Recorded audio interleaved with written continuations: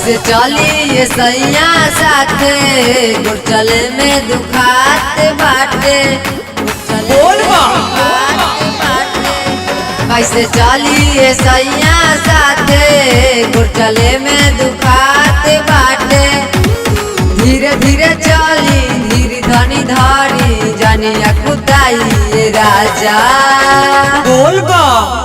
मंदिरिया दूरी बाए राजा दरा दिया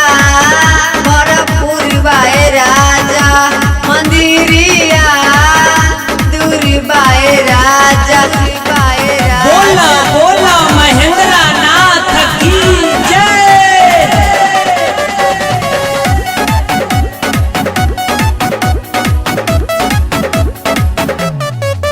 बैठ जाई थोड़ा देर ढेर होता ना खूबे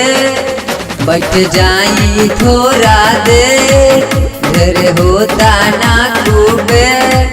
ढेर भइले बाटे घाम जी करे दी तनिका राम जी पानी हम भूखाइल ओठ मुरझाइल कुछ खिला दिए राजा राजा राजा मंदिरिया दूरी बाए राजा दरा दिया भरपूर बाए राजा मंदिरिया दूरी बाए राजा बाए राजा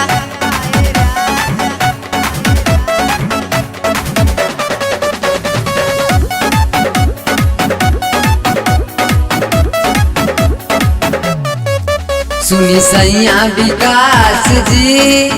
भइल बानी उदास जी सुनी सैया विकास जी भइल बानी उदास जी जानी चली तना तेज जी कुछ तो करी परहेज जी संगे बारे रवि लाल बम बारे खुशहाल संगे संगे चलिए राजा राजा मंदिरिया दूरी बाए राजा दरा दिया भरपूर बाए राजा मंदिरिया दूरी बाए राजा कैसे चली ये सैया साथे